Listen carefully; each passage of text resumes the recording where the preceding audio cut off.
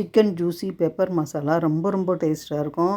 இது சப்பாத்தி கூட, நான் கூட, பிரியாணிக்கு சைட் டிஷ்ஷாக கூட வச்சு சாப்பிட்லாம். பாருங்கள், இது செய்கிறதுக்காக ஒரு 1/4 கிலோ சிக்கன் நல்லா வாஷ் பண்ணி எடுத்து வச்சுருக்கேன். ஒரு பெரிய வெங்காயம், ஒரு பெரிய தக்காளி, ஒரு பச்சை மிளகா, பெரிய வெங்காயத்தில் பாதி அளவு கட் பண்ணி வச்சுருக்கேன். அடுப்பு பற்ற வச்சுட்டு பேன் வச்சுட்டேன். ஒரு கரண்டி எண்ணெய் போட்டுக்கோங்க. சூடானோடனே வெங்காயம் கொஞ்சமாக பெருஞ்சீரகம் போட்டுக்கோங்க. சோம்பு கொஞ்சமாக போட்டுக்கோங்க. நல்லா வறுபட்டு வெங்காயம் கலர் மாறுற வரைக்கும் வதக்கிட்டு 2 ஸ்பூன் இஞ்சி பூண்டு பேஸ்ட் போட்டு நல்லா வதக்கிக்கோங்க. நல்லா வாசனை வர வரைக்கும். பாருங்க, இஞ்சி பூண்டு பேஸ்ட் வதங்கினோடனே கட் பண்ணி வச்சுக்கிற தக்காளி, பச்சை மிளகா நான் 1 போட்டிருக்கேன். உங்களுக்கு எக்ஸ்ட்ரா வேணுன்னா போட்டுக்கோங்க. நல்லா கலந்து விடுங்க. நல்லா மசிய வதங்கட்டும். மிளகாத்தூள் 1 ஸ்பூன் போட்டுக்கோங்க. நல்லா ஓரளவுக்கு மசிய வரட்டும். இதில் கொஞ்சமாக உப்பு போட்டுக்கலாம்.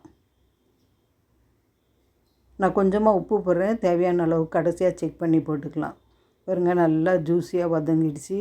இப்போ வாஷ் பண்ணி வச்சுருக்கிற சிக்கனை போட்டு நல்லா வதக்கிக்கலாம்.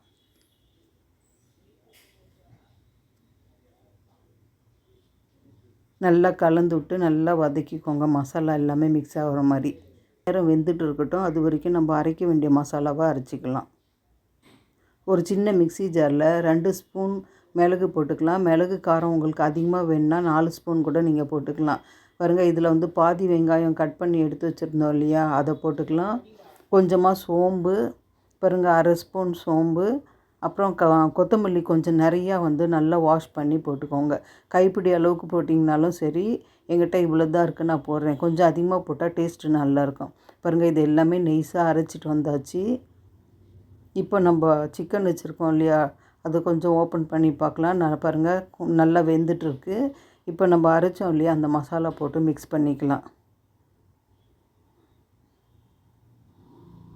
இதில் கொஞ்சமாக மிக்ஸி ஜாரில் தண்ணி போட்டு நான் மிக்ஸ் பண்ணி போட்டுக்கிறேன்.